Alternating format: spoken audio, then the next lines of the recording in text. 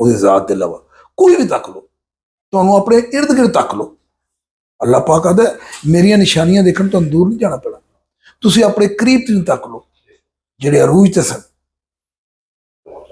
ਜ਼ਾਲ ਜਾ ਕੇ। ਇੱਕ ਕਲਮੇ ਦੀ ਜ਼ਿੰਦਗੀ ਵਿੱਚ ਯਾਦ ਰੱਖਣਾ, ਆਰਾਮ ਹੋਰ ਚੀਜ਼ ਹੈ, ਸਕੂਨ ਹੋਰ ਚੀਜ਼ ਹੈ। ਆਰਾਮ ਪਤਾ ਕੀ ਹੈ? ਇਹ ਚੇਅਰ एसी चल रहे हैं, बाहर गड्डी खलोती है, ड्राइवर, कुक, बेड, एसी वाला कमरा, आउटिंग है, जहाज, बेहतरीन सीटा, खाने, ये तमाम चीज़ां तुहाडे वास्ते लग्जरी लाइफ, इनू कहते हैं आराम। सुकून नहीं, सुकून और चीज़ है। अला बिज़िक्रिल्लाहि तत्मइनुल कुलूब, अल्लाह का जिक्र च, अल्लाह का जिक्र केड़ा है? अल्लाह अल्लाह अल्लाह तस्बीह नहीं, अल्लाह का जिक्र है अल्लाह का कि मेरे बंदे वो है जो उठते बैठते लेटते करवटों के बल मुझे याद करते हैं और मेरी तख्लीकात पर गौर करते हैं। कहते सुभान अल्लाह सुभान अल्लाह सुभान अल्लाह। बंदे दा और अल्लाह दा एक पर्सनल तल्लक है, याद रखो, उहदे विच कोई भी नहीं आ सकता, कोई भी नहीं आ सकता। अपने अल्लाह नूं पहचानिए, अपने अल्लाह नाल गल्लां करिए, अपने सारे मुद्दे अल्लाह के बयान करिए।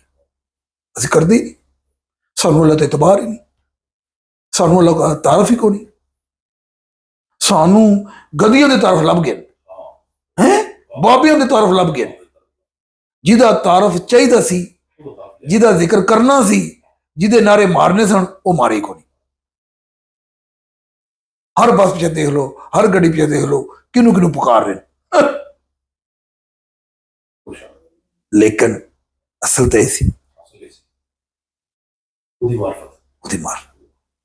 उदी याद, उहदे नाल गल्लां करनियां सन ना। वो आदा पिया कि पूरी कायनात तेरे कल्ले दे गुनाह होण, जमीन तू लैके आसमान तक, तू वापस आ एक बार सच्चे दिल नाल। मासफे शिरक दे, शिरक मौजू नहीं है साड़ी सोसाइटी का, मौजू नहीं, जबकि कोई कॉन्फ्रेंस हर सीरत तक कॉन्फ्रेंस करते पे, हर मौजू तक कॉन्फ्रेंस करते पे, शिरक तो नहीं करते। उसकी वजह पता की है कि पूरा माशा दे जकड़े असा ने अपने अपने इलाह बना ले, अपन ख्वाहिशों को इलाह बना लिया है। सानू एतबार नहीं अल्लाह ते, सानू अल्लाह ते एतबार नहीं है। अगर अपने उदी ताकत समेत, उदी पूरी ताकत समेत तुसी उस ते एतबार करो। वो तो कहंदे पे कि जो तू मेरे बारे में गुमान करेगा मैं वो कर देंगा, वो हो जाएगा।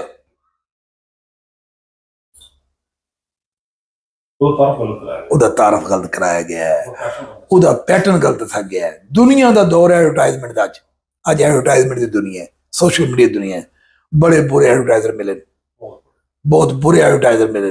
हल्के कायनात उन्हें जरूरत नहीं है, वो कहते मैं नवे लियावांगा है, ये खुद ही बन गए, ये ठेकेदार खुद ही बने भी असी फ्रेंचाइज लैके आए असी तुम करांगे तारफ, ये तू नहीं पढ़ना, इनू तू पढ़ेगा गुमराह हो जाएगा, असी तेन पढ़ांगे। क्या बात है। सूरह नाम अल्लाह पाक आदा है नबी, नबी नूं खातम किया जिन्हां लोकां ने दीन च नवियां नवियां रावां इजाद की और मुख्तलिफ ग्रोह बनाए, तेरा इन्हां नाल कोई तलक नहीं। जितने अमर बना ले ना ग्रोह,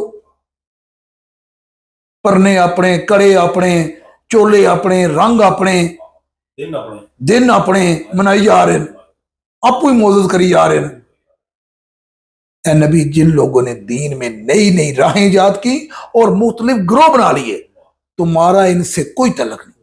ये जल्द मेरे को आवेंगे ना, मैं बिल्कुल ठीक ठाक ना साफ करा। हूँ फारूकी साहब है तो मैं भी हिस्सा है, तुसी भी दा हिस्सा, असी भी इसे चाल चलने पे। एक काम तक कर लवी, एक नारा मार दिए क्या मालिक तेरे अला कोई मुश्किल कुशा नहीं, कोई हाजत रवा नहीं, जिदे नुकसान का इरादा तू करे उन्हें कोई बचा नहीं सकता, और जिदे फायदे का तू इरादा करे उन्हें कोई नुकसान नहीं पहुंचा। जो तू चाहे तू ही है, अव्वल भी तू ही है, आखिर भी तू ही है, और तेरे सामने कोई शय नहीं खेड़ती, कोई भी। मालक तू पता है कौन है कि फिरौन दे बिस्तरे ते आसिया नु सवाया तू, जेड़ी कि कायनात दे 4 औरतां चों मौजूद है, और नूह और लूत अलैहिस्सलाम दे बिस्तरे ते उन्हां नु सवाया जिन्हें कन्फर्म जन्मी।